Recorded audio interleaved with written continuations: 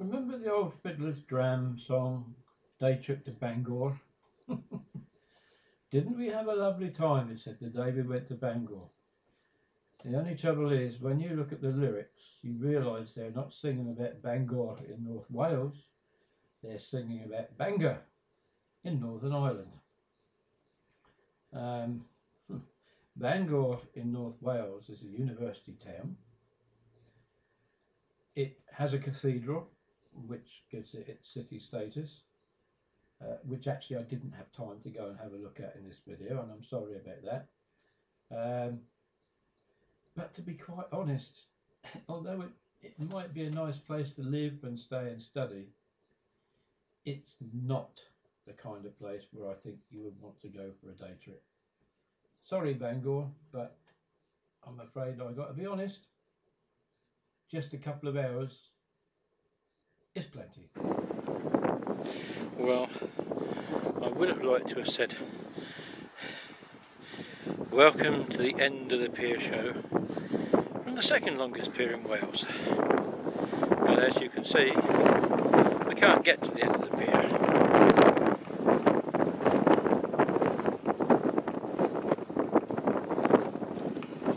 But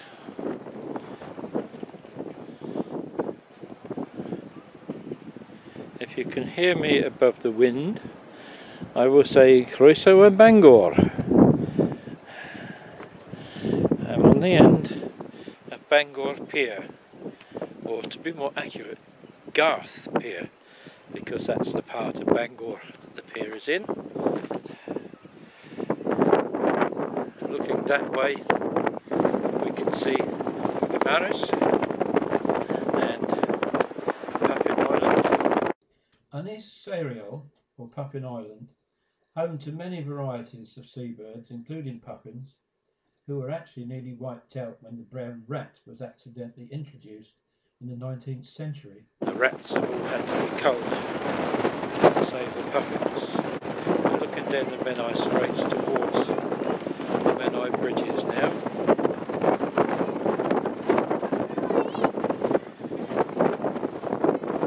And to turn back towards land, we're walking back towards the town centre, which is about a mile.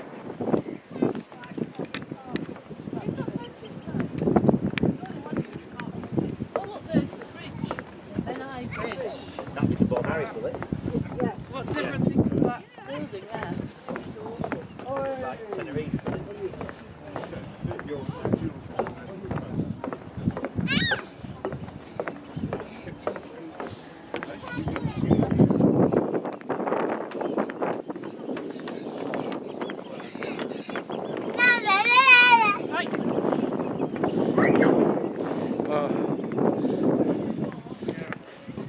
The scenery is actually quite stunning.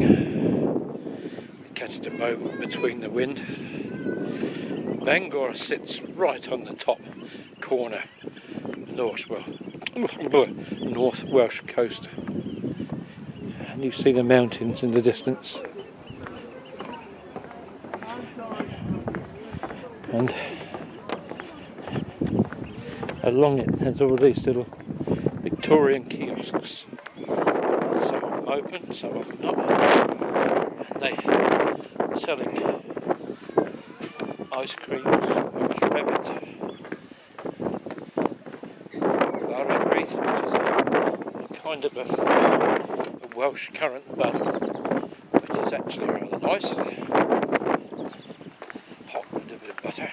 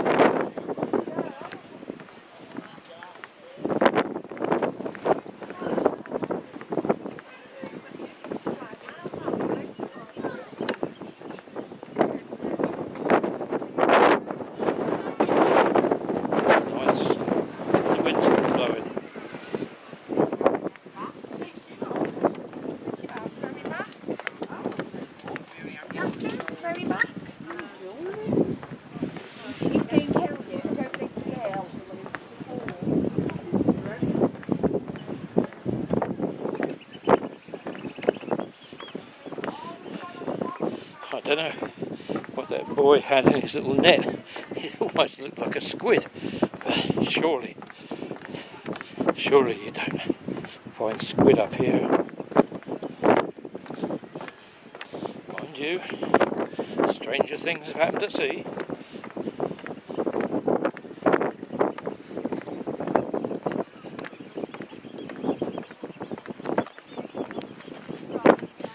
I wonder if anybody else from the coach will have found their way down here. The trouble is,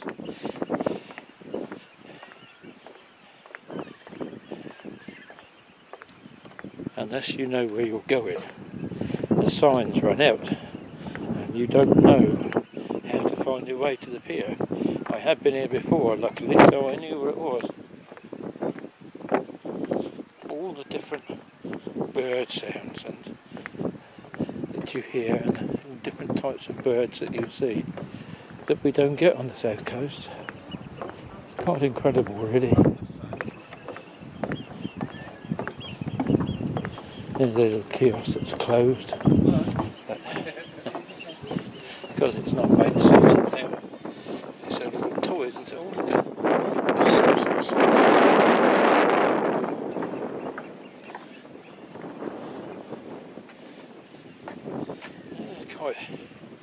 Quite dinky.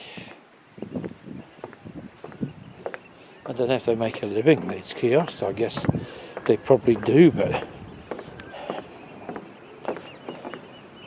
I wouldn't say that this has the capacity to be the most visited place, but you obviously do get a lot of visitors here. There is a small car park. I suppose a lot of people wend their way down here.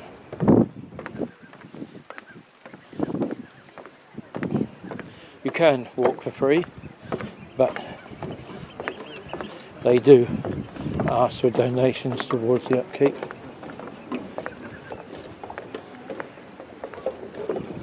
So I put a few pence in.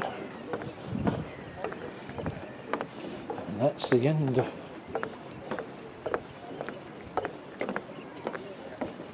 my walk along the pier and back, with a final look over this nice stone jetty here.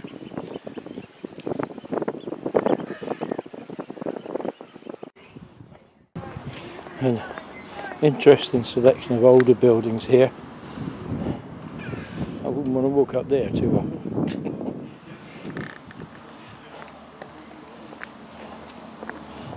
Bangor is a contrast between the old and the new.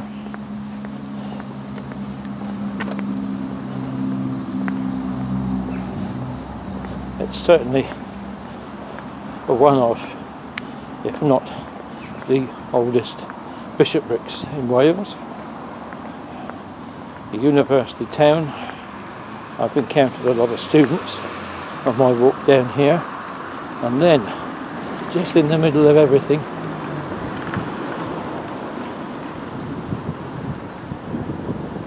we come across, they're built in, let me have a look at this, 1848 I think that says.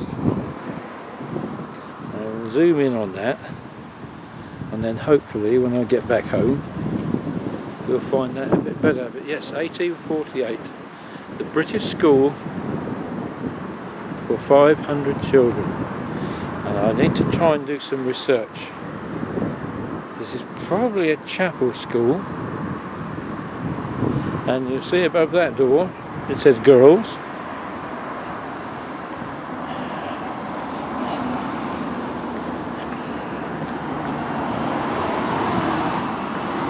And above that door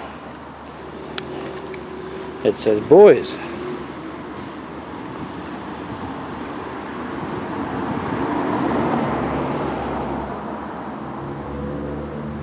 Now, land presented by Honorary Colonel Tennant. And that is the old British school. And what I'll do when I get home,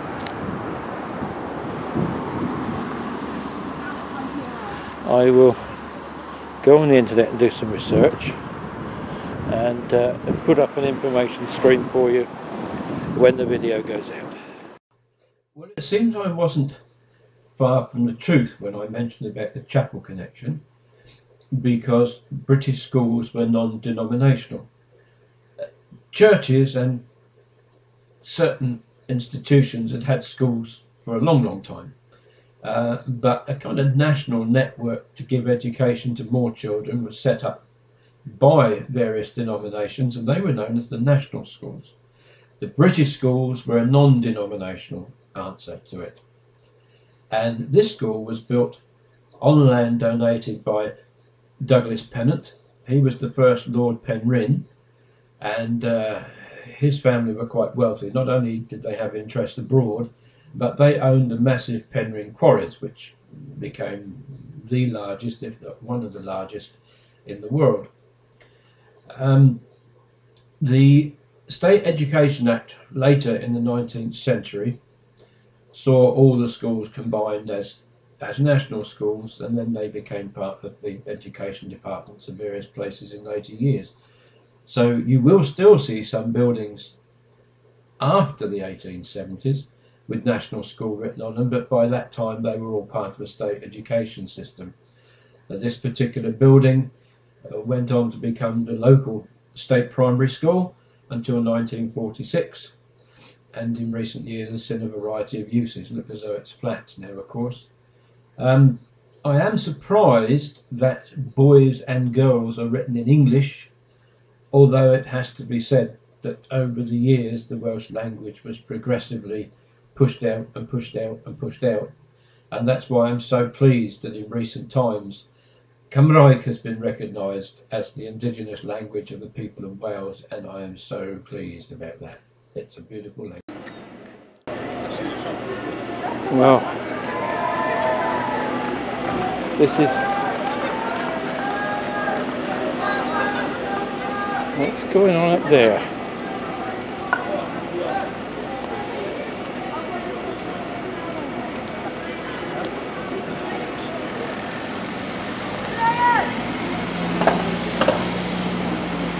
Cheering something or somebody on. This is the centre of Bangor. Clock tower there. Let's pan back to see more of that.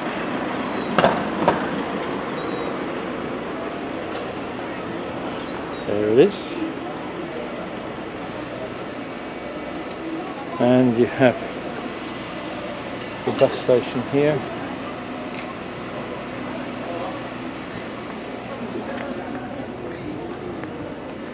Quite a nice looking park in there. I'll take a walk up here.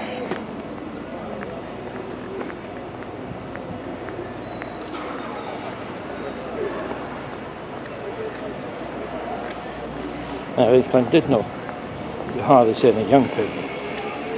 Here you hardly see any old ones.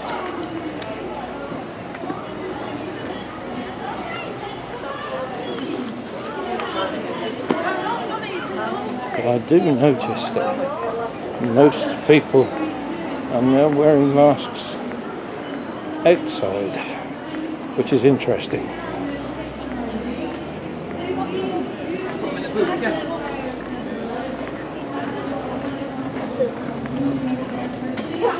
Then I saw just the other day, like crying in the opposite way.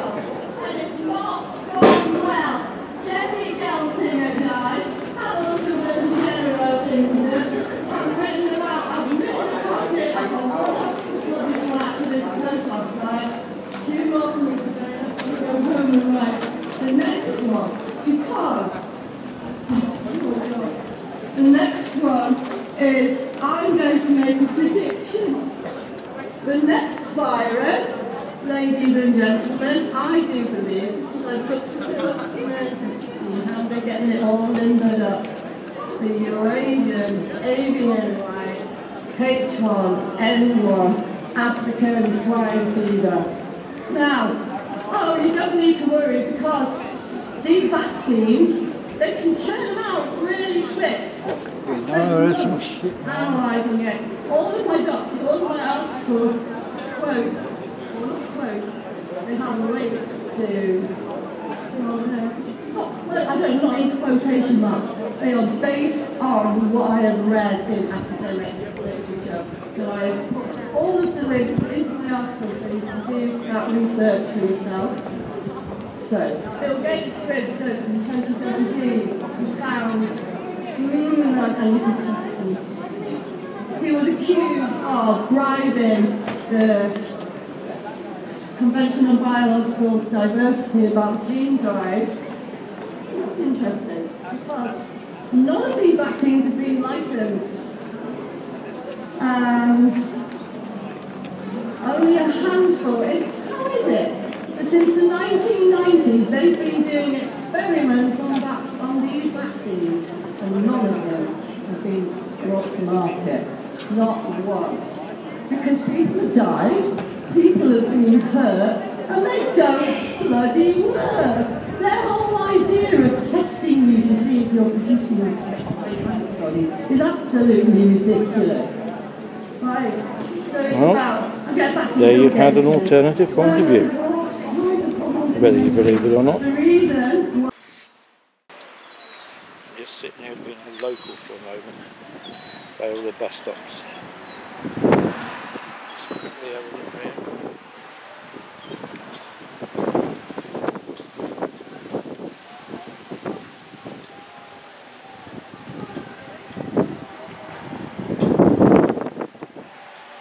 There was that little park I was talking about. The wind is getting up again now. So I think we'll say that's the end of our visit to Bangor. I hope you enjoyed the round.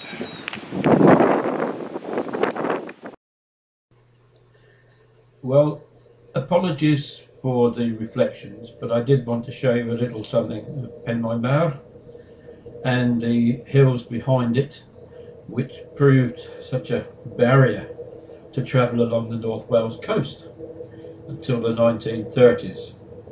Traffic used to have to follow a really windy, dreadful road up and around the hills behind until they built this one in the 1930s, which was a little more than a single track road in places that hugged the very edge of the sea cliffs here, with a couple of tunnels, as you'll see in a moment. We go through them. In the 1950s, improvements were made and the road widened, but it still wasn't enough, and yet it wasn't until the beginning of this century before they finally completed new tunnels, longer tunnels, and the road was fully dual carriageway and made the main road into North Wales from the northwest of England. I just hope that this particular section of video gives you an idea of what it's like to travel on it. And there you can see excuse me, the remains of some of the quarrying work. Looks like some of the waste tips there. And a little further along you'll hear the courier talking about sandy beaches. The beaches are actually reflected in the windows, and I've left it there because I thought it rather interesting.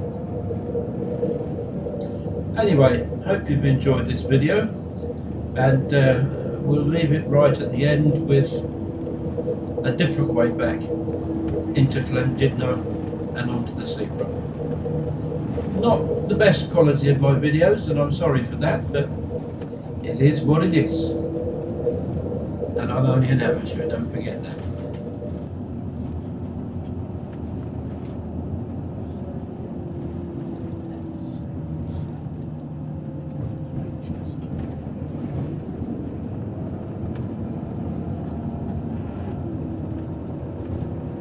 That's some view, isn't it, with that beautiful golden sand?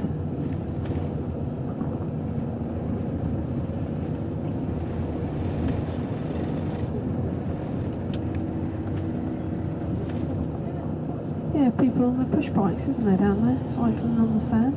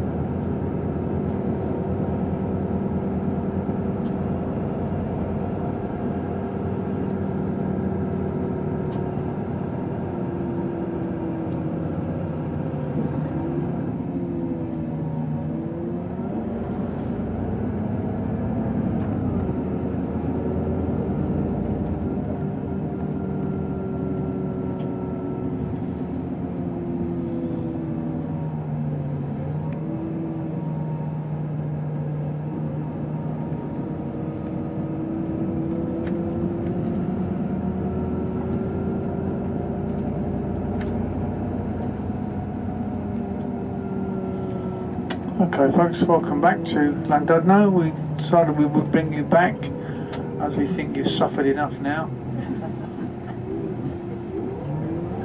So tomorrow we'll be leaving same time, 9:45, and it's off to the Isle of Anglesey tomorrow.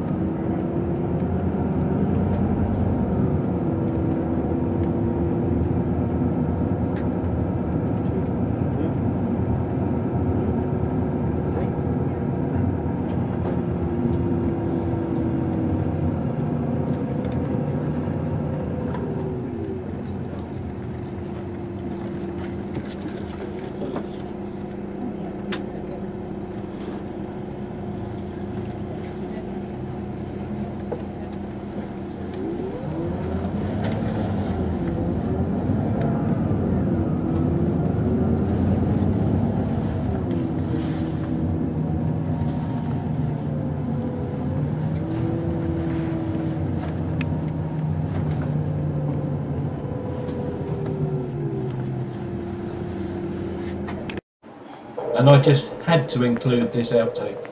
Sometimes you just got to stop and start all over again.